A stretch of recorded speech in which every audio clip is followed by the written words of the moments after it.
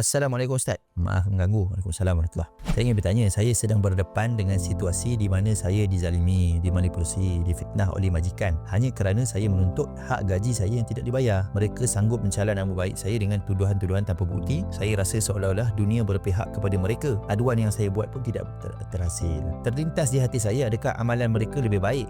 Dan kalau benar begitu, adakah itu bermaksud Allah lebih menyayangi mereka? Adakah saya berdosa kerana pernah terfikir begitu, Ustaz? Kita kena ingat macam ni, di dunia ni tidak ada keadilan yang sepenuhnya. Tidak ada. Keadilan yang sepenuhnya, keadilan yang sempurna adalah di akhirat. Dunia ni adalah tempat ujian. Kalau ada pun, kita rasa macam, oh ni orang yang baik dapat balasan baik, orang yang jahat dapat balasan jahat. Itu bukan balasan yang hakiki. Itu dipanggil macam bonus sajalah. Balasan yang hakiki adalah di akhirat. Dunia tempat ujian, akhirat adalah tempat balasan. Dan ujian masing-masing ni berbeza lah. Ada orang diuji dengan dia ada pangkat, ada orang diuji dengan dia tak ada pangkat, ada orang diuji dengan dia ditindas, ada orang diuji dengan dia lah penindas. Jadi semua orang ujian dia berbeza dan skema pemakahan pun berbeza. Yang paling penting adalah keadilan yang hakiki adalah di depan Allah Subhanahu Wa Taala. Mungkin di dunia dia boleh terlepas, tapi di akhirat nanti tidak ada orang yang boleh terlepas. Wallahu a'lam.